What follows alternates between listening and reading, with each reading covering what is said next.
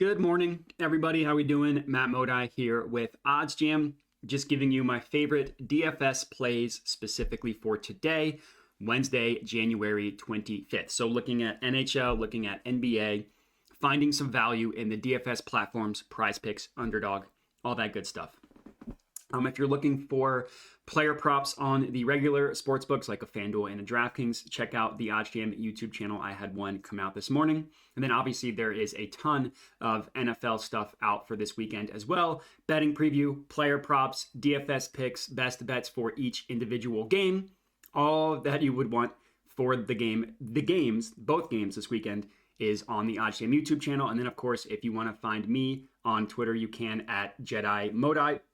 Shout out to Star Wars there, as you can see in my background. And then on Pickett as well at OddsJam_Matt, where obviously that is a very betting specific app.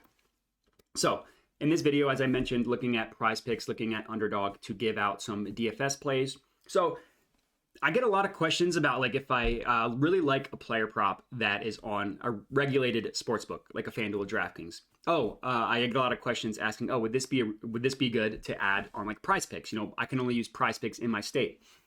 And the answer to that is that's not necessarily the case. So when you're placing regular bets, you're looking for value across the markets. FanDuel has something at plus 120. Every other book has it at plus 100. That is a good bet on FanDuel. Even though the bet is at plus money, which inherently means less than 50% chance of hitting, because it's a good value, it's a good bet. PrizePicks, that is not the case. Just because it's a good value on FanDuel doesn't mean it's a good play to make, good player prop to add on PrizePicks. The reason why, PrizePicks has a fixed payout structure depending on how many legs you add into your PrizePicks entry, right? Every 2-leg entry is going to double your money on PrizePicks. Every 3-leg one, I think, is 5 or 6x. 4-leg one is 9x. And then 5 or 6 legs obviously has a different payout because it's a flex option. So when you are placing player props on PrizePicks and Underdog, you're not looking for the best value. You're literally looking for player props that are likely to hit, that are more likely than not to hit, which I know sounds simple, but that's not the case with sports betting. When you're sports betting, you're not looking for the plays that are most likely to hit. The reason why? Because they're going to be heavily juiced. So if you look at this screen here, the play right now, and this is the first leg, so if you guys want to add it to your bet slip, you can. We're looking at Drake Batherson over 2.5 shots on goal. So if you just look at the sports books, taking out PrizePicks, look at where they price odds for this play. Minus 147, minus 143, minus 155. They're heavily favoring this going over. So this is not necessarily a profitable bet to make on these sports books. The reason why it's a good play to make on PrizePicks, because of how likely this bet is to occur. So when I say you want to find player props that are likely to hit, I don't mean like based off your feeling. My gut's telling me that Embiid is going to go off tonight.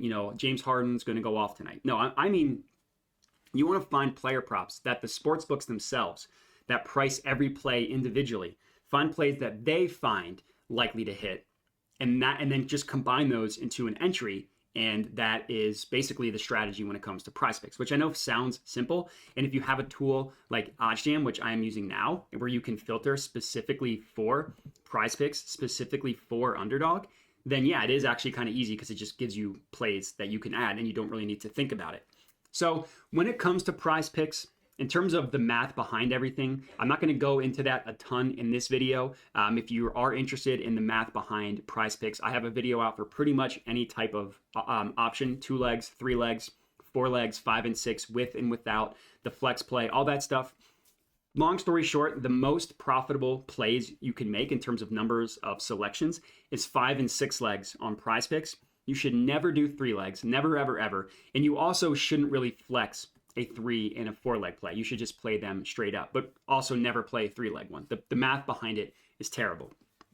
So, like I said, the best of the terms of value is 5 and 6 legs. The reason why is because of the way the payout structure works. The implied odds for each individual leg is at its lowest, which is at minus 119. So the way the payouts work for a 5 and 6 leg, each individual leg has an implied odds of minus 119. So if you can find player props that essentially have a win percentage higher than the reflected odds of minus 119, those would be good to add in a PrizePicks entry. And that's exactly what the OddsJam positive EV page provides for you, essentially.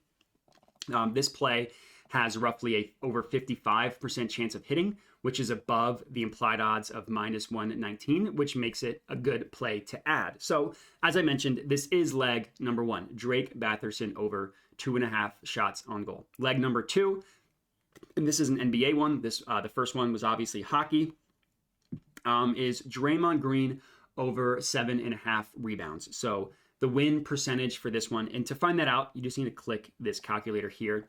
It's at about 55, still above 55%, 55.15% chance that Draymond goes over 7.5 rebounds. Those are the implied odds of the no-vig line that OddsJam calculates to be at minus 123. So if you're curious where these percentages come from, it's from these no-vig odds right here. And then again, you want to compare the odds of where every other sportsbook prices this to be. Obviously, the minus equals the favorite outcome, and the higher the number is, the more likely the outcome is to occur according to these sportsbooks. So we see odds range from looks like minus 135 up to looks like minus 145. So pretty much between those two numbers, between minus 135 and minus 145, pretty likely to occur just according to those implied odds. And then another thing that I like to do is just look at kind of the sharper sportsbooks, the sportsbooks that are known to be better than others. And when I say known, I mean OddsJam has back tested it to figure out what sportsbooks are consistently the best. And one of those sportsbooks is BetOnline. So you kind of want to compare the BetOnline number, the BetOnline odds, and just make sure that BetOnline is kind of aligned and that this is likely to occur. In this case, the answer is yes. BetOnline prices it at minus 145. And again, remember the implied odds of using PrizePicks, the 5 or 6 pick one, is minus 119. And then the rest of the markets I already talked about, minus 135, minus 140, up to minus 145. So this is a good play. This is the second leg that you should add. Draymond Green over 7.5 rebounds. Next up, we are looking another NBA play at Domantas Sabonis, who's been incredible this year, over 40.5 points, rebounds, assists. Another sharp sportsbook that didn't have odds up yet for this Draymond Green one is Pinnacle Sportsbook. Pinnacle is the sharpest sportsbook, known to be the sharpest. They price this at minus 151. The rest of the books, minus 135, minus 130, minus 137. It's also at minus 115 at BetMGM and Ballybet. So this actually would be a good bet to take straight up on either of these sportsbooks if you have them. The implied odds of the OddsJam perfect line is minus 121, and minus 115 is below that, meaning higher payout, which means that this is good bet to make individually. Also good on PrizePicks, which is what we're talking about. The win percentage for this one is 54.83%. So again, above the implied odds of minus 119, what that win percentage comes out to. So another good play to add. This is play number 3. Leg number 4, and this is again in the NBA, is Jeremy Grant under 4.5 rebounds. No big line that OddsJam calculates has this to be at about minus 121, essentially. And then again, we want to compare the rest of the markets. So starting with Pinnacle, almost 20 cents higher, 19 at minus 138. BetOnline is close at minus 139. And then the rest of the books look like kind of in between minus 130 up to minus 146 seems to be the highest. So all in all, every single sports book is telling you that they think Jeremy Grant is more likely than not to go under 4.5 rebounds. So they're charging more money for it. Because we are using PrizePicks, which has the same implied payout structure no matter what plays you add, this is a profitable leg to add. The win percentage of this one at about 54.75%. So getting still below the 55% number, but still rounding up to that number as well.